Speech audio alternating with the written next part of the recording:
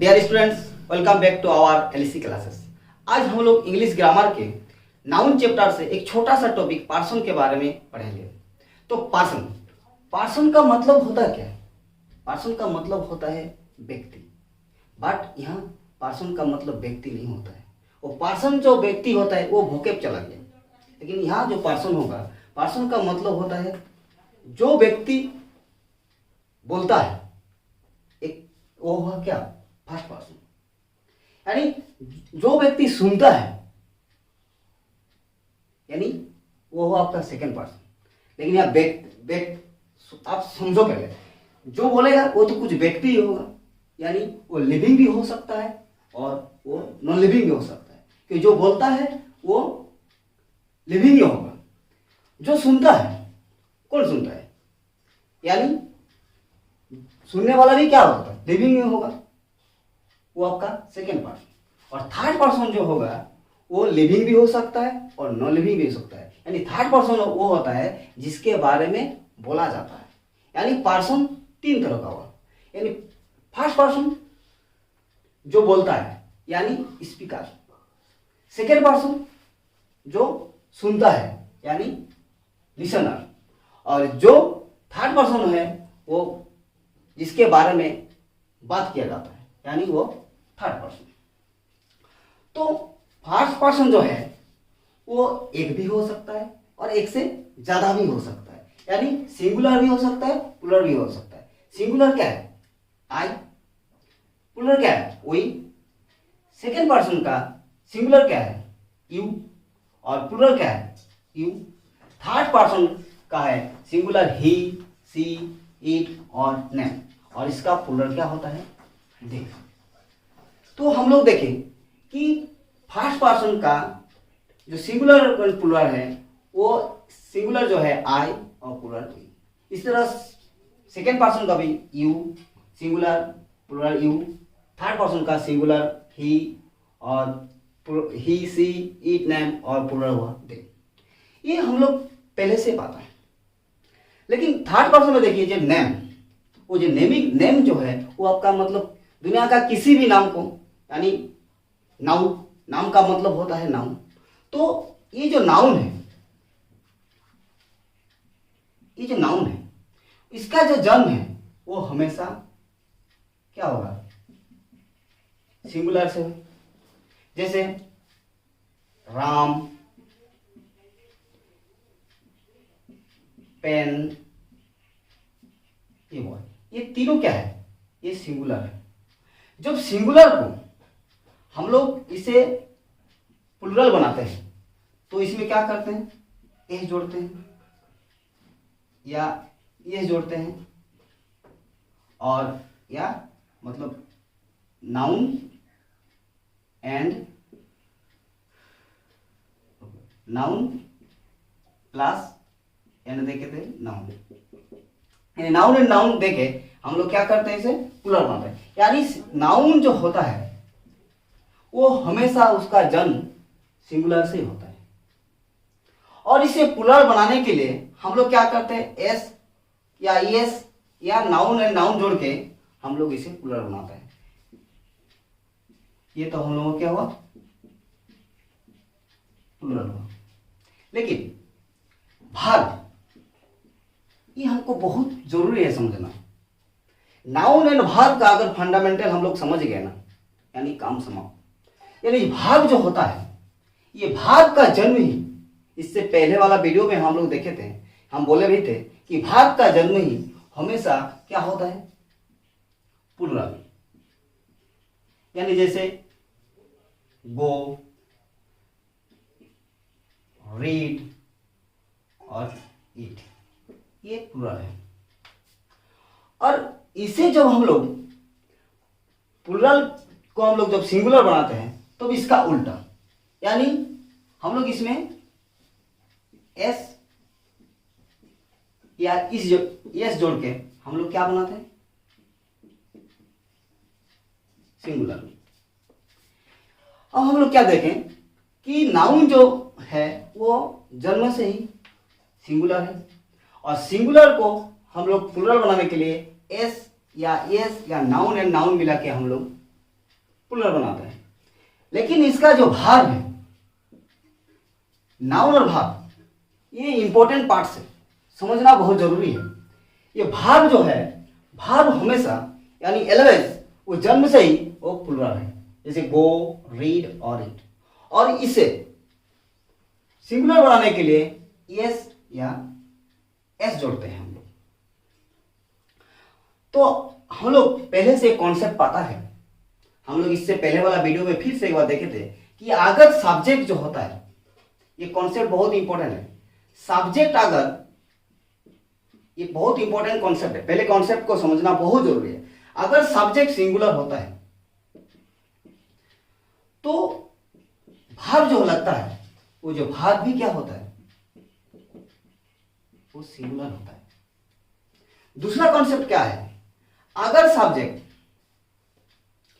Subject plural हो तो भाव भी क्या होता है, प्लुरल होता है। ये बहुत इंपॉर्टेंट कॉन्सेप्ट है। तो देखिए, तो हम लोग अभी एक कोई भी सेंटेंस हम लोग जो बनाते हैं, यानी जरूरी है कि सब्जेक्ट होता ही है और सब्जेक्ट के बाद आपको भाव लेगा ही लेगा, क्योंकि दुनिया का कोई भी सेंटेंस सब्जेक्ट के बाद वो भाव लेगा ही लेगा। विदाउट भाव से कोई भी सेंटेंस बनता नहीं, यानी सब्जेक्ट के बाद हम लोगों का भाव लेगा ही लेगा। तो एक कॉन्सेप्ट है, हम लोग इससे पहले वाला वीडियो में पढ़े थे कि जैसे सब्जेक्ट अगर सिंगुलर हुआ, जैसे ही, तो भाव क्या होगा, तो ही के साथ क्या होता है, जैसे रीड्स। तो अब बोलिए, ये जो सब्जेक्ट है ये क्या है, ये हम लोगों का सिंगुलर है। और भाव क्या है, देखिए ये जो भाव है, ये भाव हम लोगों का सिंगुलर होगा, यानी देखिए ये भाव जो है, ये जोड़ने से रीड का क्या होगा, ये जोड़ने से रीड्स होगा, यानी भाव भी हम लोगों का लिए रीड्स लिया। सब्जेक्ट अगर ही यानी सिंगुलर सब्जेक्ट, तो आपका भाव भी क्या होगा, सिंगुलर भाव होगा। तो जैसे हम लोग प्लुरल सब्जेक्ट लेते हैं वी, तो भाव क्या लेंगे, प्लुरल भाव होगा, क्या होगा, रीड होगा। अब जैसे हम लोग आई के साथ क्या होगा, तो आई क्या है, ये सिंगुलर सब्जेक्ट है, तो हम लोग सोचेंगे कि आई के साथ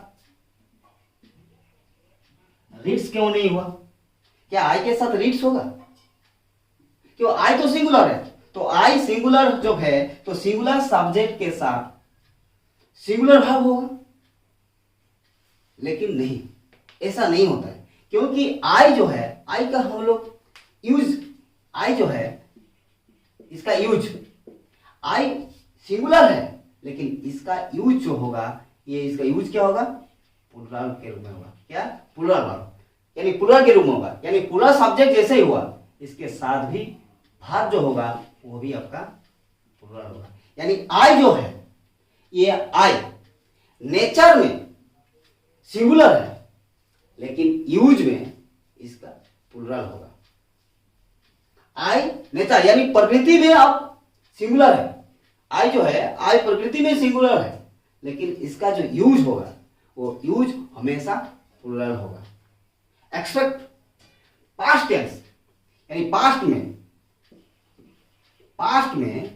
ये जो आई जो है, ओनली फॉर वन सेंटेंस है जो आई के साथ वाज लगता है, वो पास्ट में आपका जो वाज एक वाज जो है वो आई के साथ सिर्फ वाज लगता है, मतलब सिंगुलर के रूप में यूज होता है। I was a doctor, past में होता है, एक सेंटेंस ओनली पर होता है, आई के साथ वाज लगता है।